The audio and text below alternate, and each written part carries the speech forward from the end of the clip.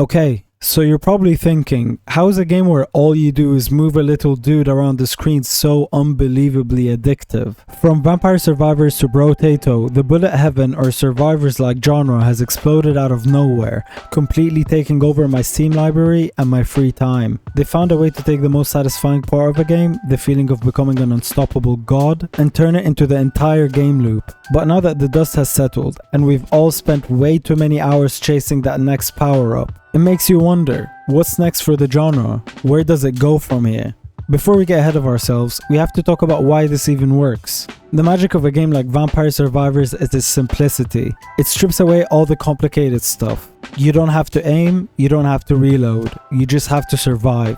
And in return for that simplicity, you get a pure shot of dopamine. The screen fills up with numbers, you feel the power of fantasy build, and you just get that primal satisfaction of seeing thousands of enemies disappear from a single screen clearing ability. It's this simple, elegant loop that's made it so popular. But you can't survive on simplicity forever. The core formula is starting to feel a little familiar. We're seeing tons of clones, but a few are really pushing the genre forward. So, what are the next steps? I think there are a few clear paths forward. The first and most obvious path is to combine the bullet heaven loop with other genres. We've seen it happen with roguelites and we're already seeing it happen with survivors-likes. Brotato, for example, takes the classic survivors-like gameplay and mashes it with a top-down arena shooter and a deep RPG build system. Or even Halls of Torment, a hybrid of bullet heaven and Diablo 2. Choosing your character, buying items, and crafting a unique build on top of the classic survival loop adds a ton of replayability and strategic depth. You also have games like Vampire Hunters, which adds a more Doom shooter style of combat into the mix. Or a game like Deep Rock Galactic Survivor, where mining and exploration take the front seat as active mechanics that perfectly complement the passive bullet heaven combat. You can also imagine a bullet heaven combined with a roguelike, where your upgrades carry over between runs, or a city builder, where you have to defend your citizens while building your city. The possibilities are endless. Right now, most bullet heavens are time killers. They're fun for 20 minutes, but they don't have a lot of narrative or emotional weight. I think the next step is for the genre to add a deeper story and more complex worlds. Imagine a bullet heaven with the emotional storytelling of Hades, or a game with a hand-drawn art style and a world as intriguing as Hollow Knight. The core gameplay loop would be the same, but now you have a reason to get to the end. A story, a world to care about. They'll have to add more complex exploration, character interactions, and meaningful choices. The genre would evolve from a pure gameplay loop into a full-fledged experience. So, whether it's through genre-bending hybrids, more complex narratives, or deeper strategic elements, the future of the bullet heaven is to go beyond the simple loop that made it popular. It's a testament to indie developers' creativity that they've been able to take such a simple idea and turn it into a phenomenon. But now it's time for the genre to evolve.